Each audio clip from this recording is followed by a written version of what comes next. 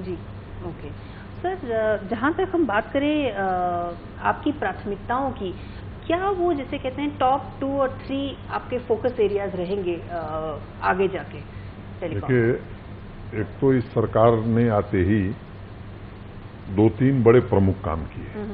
पहला, इस सेक्टर के प्रति जो एक अविश्वास का वातावरण था जी, उस अविश्वास के वातावरण को हमने पलट दिया। लोगों को भरोसा हो गया है और कई रिफॉर्म के काम हमने किए जो लंबे समय से पेंडिंग थे। जी, चाहे वो हार्मोनाइजेशन का काम हो, ट्रेडिंग का काम हो, स्पेक्ट्रम के शेयरिंग का काम हो। तो ये कई महत्वपूर्ण निर्णय हमने फटाफट किए हैं। आगे भी इस दिशा में जो काम होने हैं, जैसे कुछ शेष रह गए हैं, हो सकता है कि आने वाले दिनों हम स्पेक्ट्रम की ऑडिट भी कर सकते हैं। जी, कि आइडल स्पेक्ट्रम कहाँ है, कितना यूटिलाइजेशन हो रहा है, उसका एक ब्यौरा लेके उसको फिर वो चर्चा कर सकते हैं शीर्ष स्तर पर सरकार में, इस पर फैसला ले सकते हैं। जी।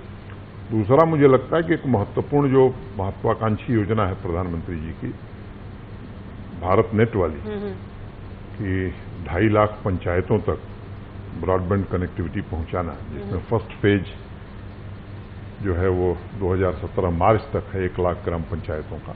उस काम को हम बहुत गंभीरता से दे रहे हैं। वो हमारी सर्वोच्च प्राथमिकता में है कि समय से वो काम पूरा हो। सेकेंड फेज भी समय से पूरा हो, ताकि ये डिजिटल डिवाइड का जो मामला है इस देश से वो खत्म हो। मैं मानता हूं कि केवल ये ब्रॉडबैंड कनेक्टिविटी हम गांव तक नहीं पहुंचा रहे हैं, ये पूरे, मुझे लगता है कि ग्रामीण इकोनॉमी को और ग्रामीण लोगों की व्यवस्था को ही ट्रांसफॉर्म करने वाला साबित होगा। जी। इसमें निजी निवेश कब तक आ सकता है ब्रॉडबैंड में, ये भारत नेट में? अभी निजी निवेश के बारे में हम सोचे नहीं, अभी तो हम इंफ्रास्ट्रक्चर खड़ा कर रहे हैं। जी। तो इंफ्रास्ट्रक्चर खड़ा हो जाए फिर हम सोचेंगे, लेकिन तत्काल हम समय से इसे पूरा करना चाहते हैं, ताकि देशवासियों को और ग्रामीण क्षेत्र के निवासियों को, देश के सामान्य आदमी को इसका पूरी तरह लाभ मिल सके। जी, मेरे ख्याल